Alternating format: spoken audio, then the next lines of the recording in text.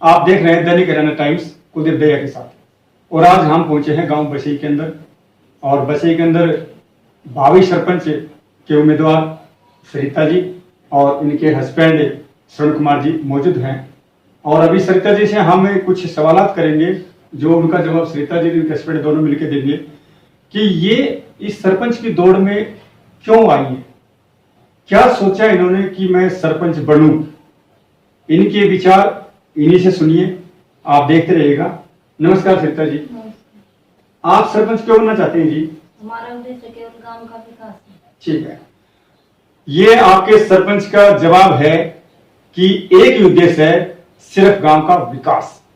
अगर सरिता जी आपके आशीर्वाद से, बुजुर्गों के सहयोग से, आशीर्वाद से अगर इस सरपंच पद के ताज को आप इनके सिर की शोभा बनाते हैं तो आपके गांव का सिर्फ विकास ही होगा। अभी हम जुड़ते हैं सरिता जी के पति के साथ। श्रवण कुमार जी नमस्कार। नमस्कार साहब।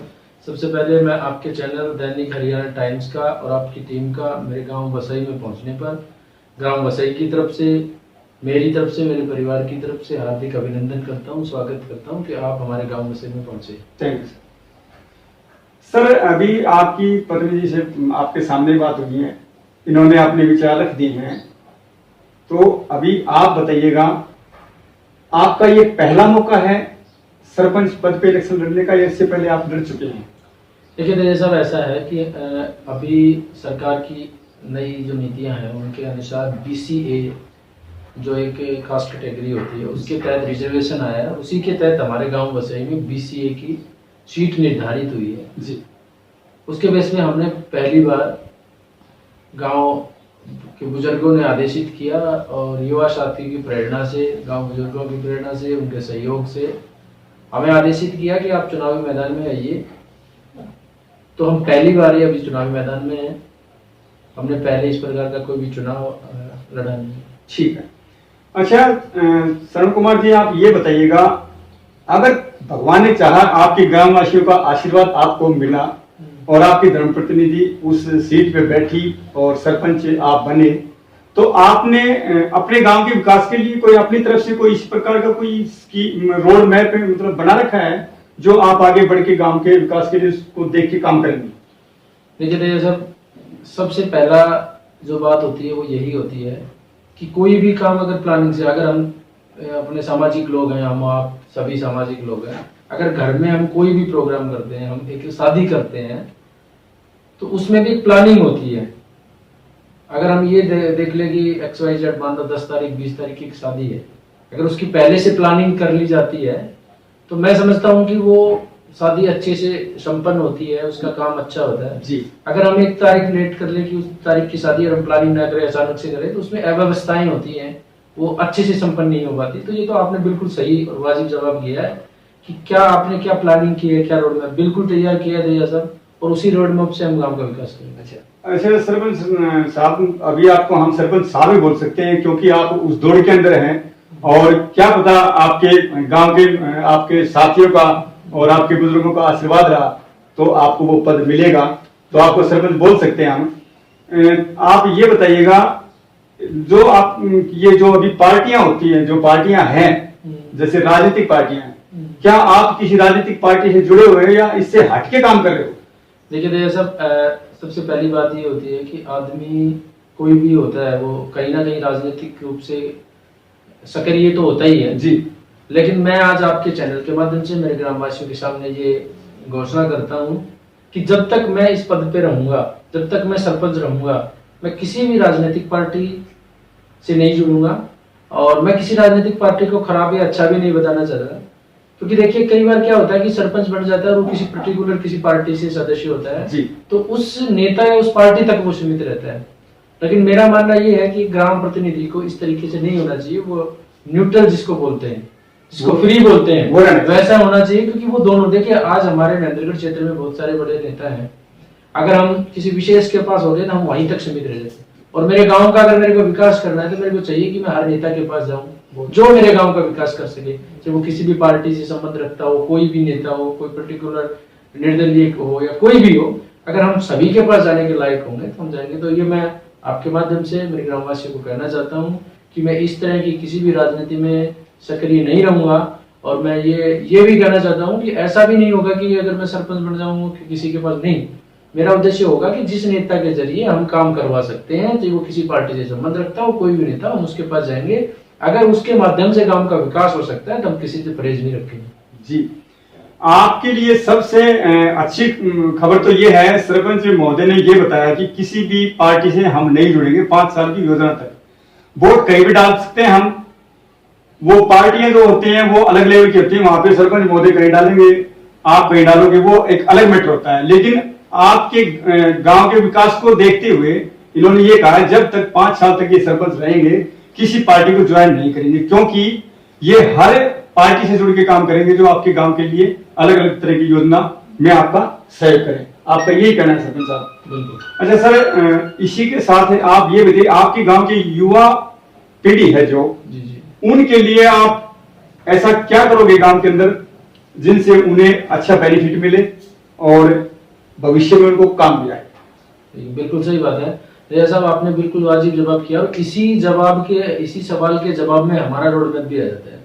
देखिए, हमने एक तरीका बनाया है, हमने एक हमारे युवा साथियों की टीम ने, पढ़े लिखे युवाओं की टीम ने एक परफॉर्मा तैयार किया है जिसके अंदर हमने ये सारी चीजें डाली हैं। जिसमें मैं आपको बता देना चाहूंगा, हमने सब फर्स्ट ऑफ ऑल उसमें काम किया कि देखिए आज है ना, हमारे बहुत से अधिकारी हैं, उनको भारतवर्ष में या बड़े बड़े अधिकारी हैं, उनको रहने के लिए निवास भी मिलता है और कार्यालय भी मिलता है जी। क्या ऐसा नहीं हो सकता कि उनके निवास में ही कार्यालय बना दिया जाए, वहीं से वो काम करे? ऐसा नहीं होता है। उसके लिए कार्यालय अलग होता है। वो उस कार्यालय में बैठे, जब तक वो उस कार्यालय में नहीं जाएगा, जब तक उस कार्यालय में वो नहीं बैठेगा, तो गांव का विकास या क्षेत्र का विकास वो सक्रिय नहीं कर पाएगा। इसलिए हमारा पहला मोटिव यही है कि ग्राम के अंदर एक ग्राम पंचायत ऑफिस होना चाहिए जिसमें बैठ के सरपंच और उसके साथी पंचगण गांव का विकास कर सकें, गांव का भला कर सकें।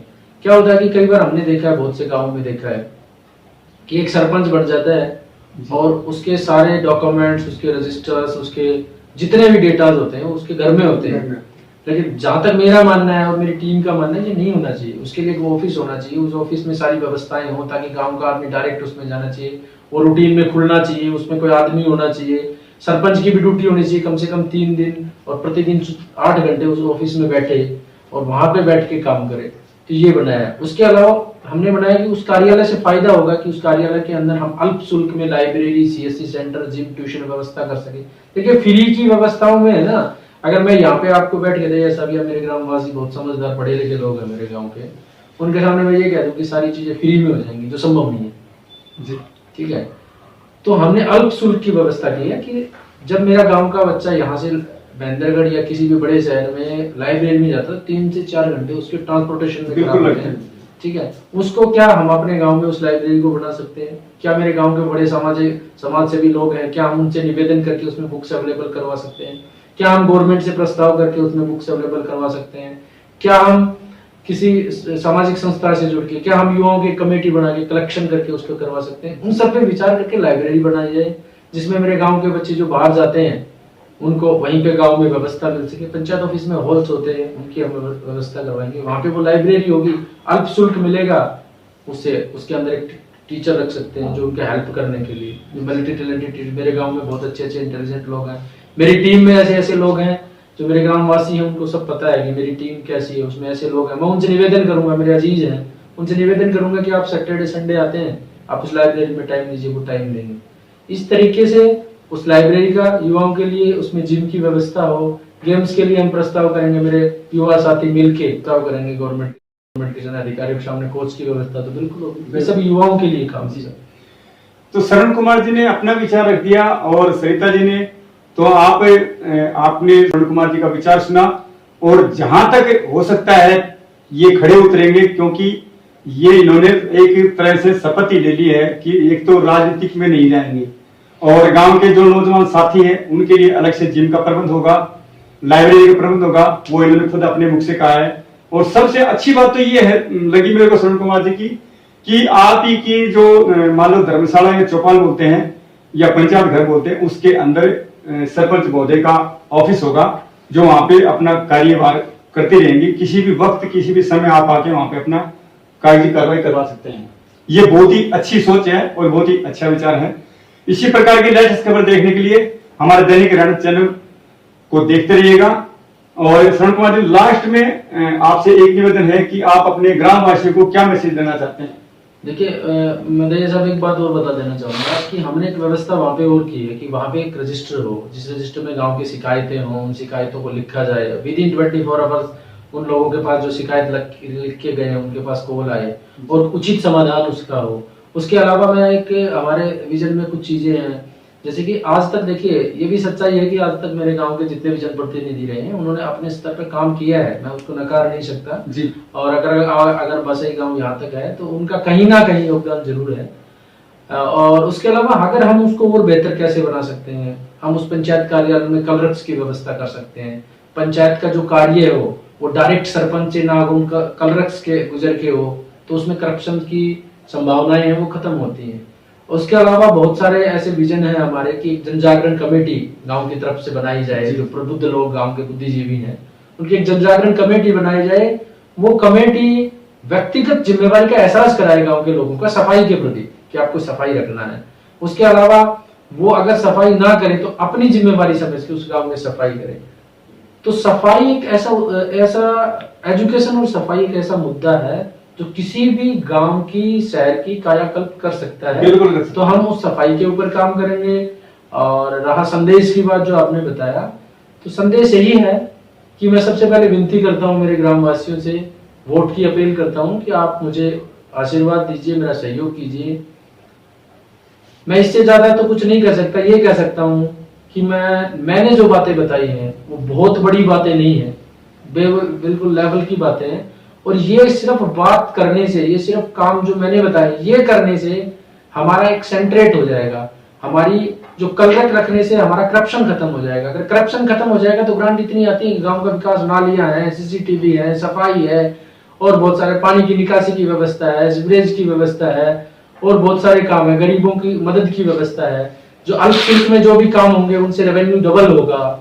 मान लीजिए एक तो सरकार से गवर्नमेंट एक अल्प शुल्क के लिए हम छोटे छोटे वो काम करेंगे। पंचायत ऑफिस में कैसी व्यवस्था करेंगे, जो गांव की गरीब महिलाएं हैं उन गरीब महिलाओं को वहां पे छोटा काम दिया जाए, छोटा मोटा। गांव के जो मैंने एक बात रह गई, मैं बता देना चाहूंगा कि हमने जो और व्यवस्था की है कि कैबिनेट के स्तर पे हमारे जितने पंच जो हैं जी उनको अलग अलग जिम्मेवारी दी जाए, क्योंकि सरपंच से बहुत कैपेबल होता है दया सरपंच। बिल्कुल होता है। बहुत सारे पंच होते हैं जो सरपंच से बड़े कैपेबल होते हैं, बिल्कुल। उनको अलग जिम्मेवारी दी जाए। एक हमारी महिला पंच, हमारे गांव की आदरणीय कोई मातृशक्ति में से कोई पंच होती है, उसको जिम्मेवारी दी जाए कि आपकी जिम्मेवारी ये है कि आपको यहाँ पंचायत ऑफिस में हम गवर्नमेंट की तरफ से जो स्कीम है या फिर गांव के जो समाज सेवी उनसे हम निवेदन करेंगे कि आप आगे आइए और गांव की जो गरीब महिलाएं हैं उनके लिए छोटा कारगर जो भी कामगार की जो व्यवस्था है, लघु उद्योग की व्यवस्था है, वो करके उस पंच को जिम्मेवारी दी जाए। हमारे गवर्नमेंट स्कूलों की किसी एक विशेष पंच को जिम्मेवारी दी जाए। क्या हमारे गवर्नमेंट स्कूल के टीचर्स नहीं है जो इंग्लिश मीडियम नहीं पढ़ा सकते, वो उस पर काम करें। बहुत सारी व्यवस्थाएं, सफाई की किसी प्रबुद्ध व्यक्ति जो पंच हो उसको जिम्मेवारी दी जाए। उसके अलावा कल्चरल प्रोग्राम की किसी को जिम्मेवारी दी जाए।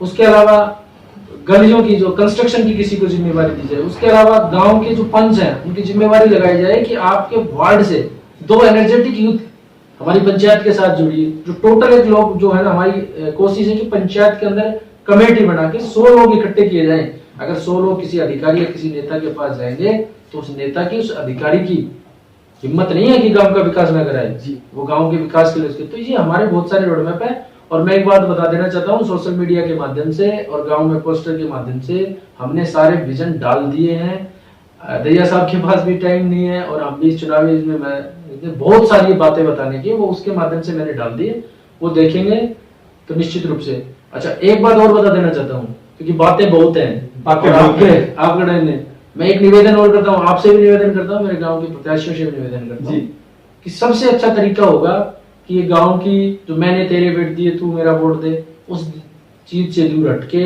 गांव के गुटबाजी से दूर हटके आप एक आइए, एक मंच बनाइए, क्योंकि ये BCA की सीट है, मौका है। उस मंच पे सारे कैंडिडेट आए, दैया साहब आए, अपने मीडिया के साथियों को लेके आए और हम अपने विजन रखें, अपने विचार रखें और बात खुल के आए कि कौन है जो कर सकता है, जो कर सकता है। अगर सरवण नहीं कर सकता, सरिता नहीं कर सकती, उसको मत दीजिए वोट। जो कर सकता है, जो आपको फील हो, जो बोल सकता है, जिसके पास विजन हो, जिसके पास अच्छी टीम हो, उसको वोट दीजिए। शांति और भाईचारे से इलेक्शन करवाना है हमें।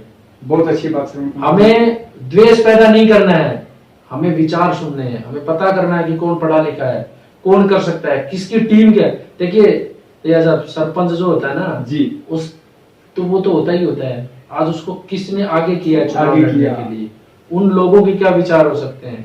हमारे गांव के बहुत सारे, देखिए आज यहाँ पे उनका नाम लेना क्योंकि हमारा सामाजिक ताना बाना ठीक नहीं रहेगा। ठीक नहीं। मेरे गांव वासियों को सबको पता है कि मेरे साथ कैसी टीम है, किसी दूसरे प्रत्याशी के साथ कैसी टीम है।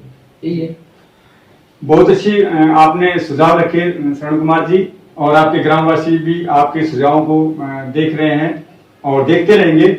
और आपने हर चीज खोल के बताई है, हर चीज मतलब आपके गांव के सामने रख दी, अपने मन की जो किताब थी खोल के सामने रख दी आपने। दरिया साहब बहुत सारी चीजें हैं, हाँ, बहुत सारी चीजें हैं जो मैंने मेरे पोस्टर्स में सोशल मीडिया के सामने रखी हैं। उसके बाद में एक बात और है, उस चीजों में अगर कुछ ऐसा लगता है मेरे किसी साथी को, मेरा घर सब जानते हैं, ठीक है, मेरा नंबर है 9896959396।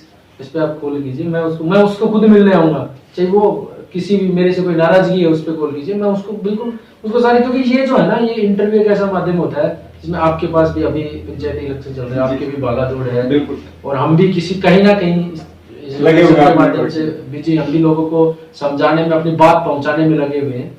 वो नहीं है कि सारी बातें मैं बताऊं, लेकिन आप मुझसे मिलेंगे, कोई भी साथी मेरा मुझसे मिलेगा, मेरा नंबर है, आप मेरे को कॉल कीजिए, मैं आपके पास आऊंगा, मैं आपको समझाऊंगा। अगर मेरी बात में, मेरे चरित्र में, मेरे बोलचाल में या फिर मेरी बातों में कहीं कोई दिक्कत है, मुझे मुंह में मना कर दीजिए यार तेरी ये कमी है। बहुत अच्छा। तो ये शरण कुमार जी के विचार आपने सुन लिए हैं साथियों, और इसके अंदर एक अहम बात मेरी समझ में आई जो इन्होंने कहा है, जितने भी प्रत्याशी बसई गांव के अंदर सरपंच की दौड़ में है, वो सभी एक अपना मंच बनाए, उस मंच पे बैठे और अपने अपने विचार रखें। इन्होंने एक बात खुल के ये भी कही है, अगर मैं इस पद के लायक नहीं हूं तो गांव किसी को भी आशीर्वाद देकर सरपंच बना सकता है। बिल्कुल, लेकिन सरपंच वो बनाया जाए जो गांव के हित में सोचे और काबिल, तो जो बोलने की क्षमता रखता हो और हर वर्ग का काम करवा सके। ये आप भी सभी पढ़े लिखे हैं और इसी प्रकार की खबरें देखने के लिए हमारे चैनल दैनिक करंट टाइम्स को देखते रहिएगा। आप सभी साथियों को नमस्कार, जय हिंद।